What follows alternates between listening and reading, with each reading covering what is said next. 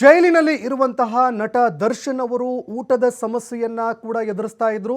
ಅದೇ ರೀತಿಯಾಗಿ ಹಾಸಿಗೆ ತಲೆದಿಂಬಿಗಾಗಿ ಕೋರ್ಟ್ನ ಮೊರೆ ಹೋಗಿದ್ರು.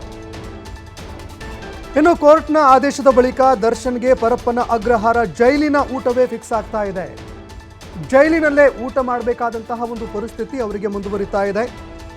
ಇನ್ನು ದರ್ಶನ್ಗೆ ಮನೆಯೂಟ ಕೊಡೋದಕ್ಕೆ ಅಂತ ಕೋರ್ಟ್ ನಿರಾಕರಣೆ ಮಾಡಿತ್ತು.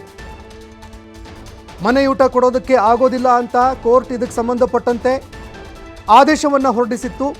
24ನೇ ACMM ಕೋರ್ಟ್ನಿಂದ ದರ್ಶನ್ ಅವರ ಅರ್ಜಿಯನ್ನು ವಜಾಗೊಳಿಸಲಾಗಿತ್ತು.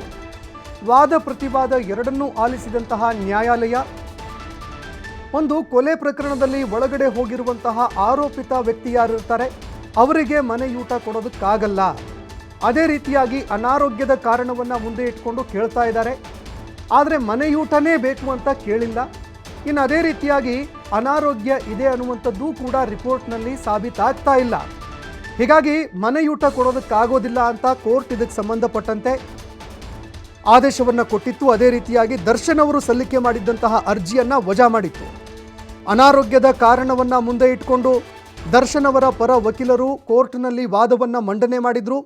ಅನಾರೋಗ್ಯ ಕಾಡ್ತಾ ಇದೆ, ಅವರು ಜೈಲಿನ ಊಟವನ್ನು ಮಾಡಿದ್ದೇ ಆದರೆ ಆ ಸಂದರ್ಭದಲ್ಲಿ ಅವರಿಗೆ ಬೇದಿ ಅದೇ ರೀತಿಯಾಗಿ ಅತಿಸಾರ ಉಂಟಾಗ್ತಾ ಇದೆ ಅನ್ನುವಂತಹ ಒಂದು ಮಾತನ್ನು ಇಟ್ಕೊಂಡು ಅನಾರೋಗ್ಯದ ಸಮಸ್ಯೆಗಳನ್ನು ಇಟ್ಕೊಂಡು ಮನೆಯೂಟದ ಒಂದು ಪರ್ಮಿಷನನ್ನು ಕೇಳಿದ್ರು.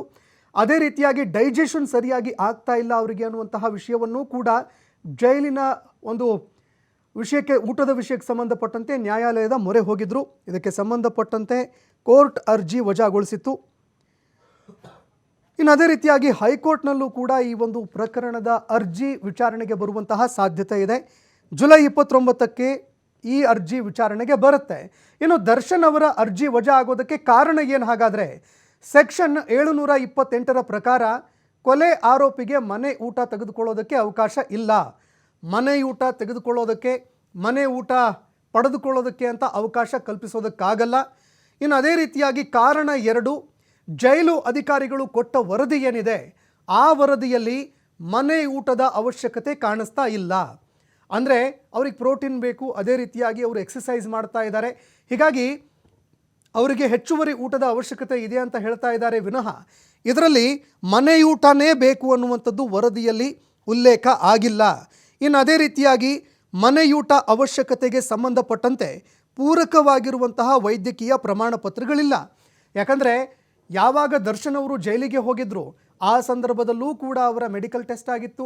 ಅದಾದ ಬಳಿಕ ನಿರಂತರವಾಗಿ ಅವರ ಹೆಲ್ತ್ಗೆ ಸಂಬಂಧಪಟ್ಟಂತೆ ಅಪ್ಡೇಟ್ಗಳನ್ನು ಪಡೆದುಕೊಳ್ಳುವಂತಹ ಕೆಲಸವನ್ನೂ ಕೂಡ ವೈದ್ಯರು ಮಾಡಿಕೊಳ್ತಾ ಇದ್ರು, ಜೈಲಿನ ಅಧಿಕಾರಿಗಳೂ ಕೂಡ ಮಾಡ್ತಾ ಇದ್ರು. ಹೀಗಾಗಿ ಇದೆಲ್ಲವನ್ನು ಗಮನ ಇಟ್ಟು ನೋಡಿದಾಗ ಯಾವುದೇ ವರದಿಯಲ್ಲೂ ಕೂಡ ದರ್ಶನ್ ಅವರಿಗೆ ಅನಾರೋಗ್ಯ ಕಾಡ್ತಾ ಇದೆ ಅನ್ನುವಂಥದ್ದು ಗೊತ್ತಾಗ್ತಾ ಇಲ್ಲ. ಅದು ಪ್ರಮಾಣ ಪತ್ರದಲ್ಲಿ ಉಲ್ಲೇಖವಾಗ್ತಾ ಇಲ್ಲ. ಹೀಗಾಗಿ ಅರ್ಜಿ ವಜಾ ಮಾಡ್ತಾ ಇದ್ದೀವಿ ಅಂತ ನ್ಯಾಯಾಲಯ ಅರ್ಜಿ ವಜಾ ಮಾಡಿದೆ.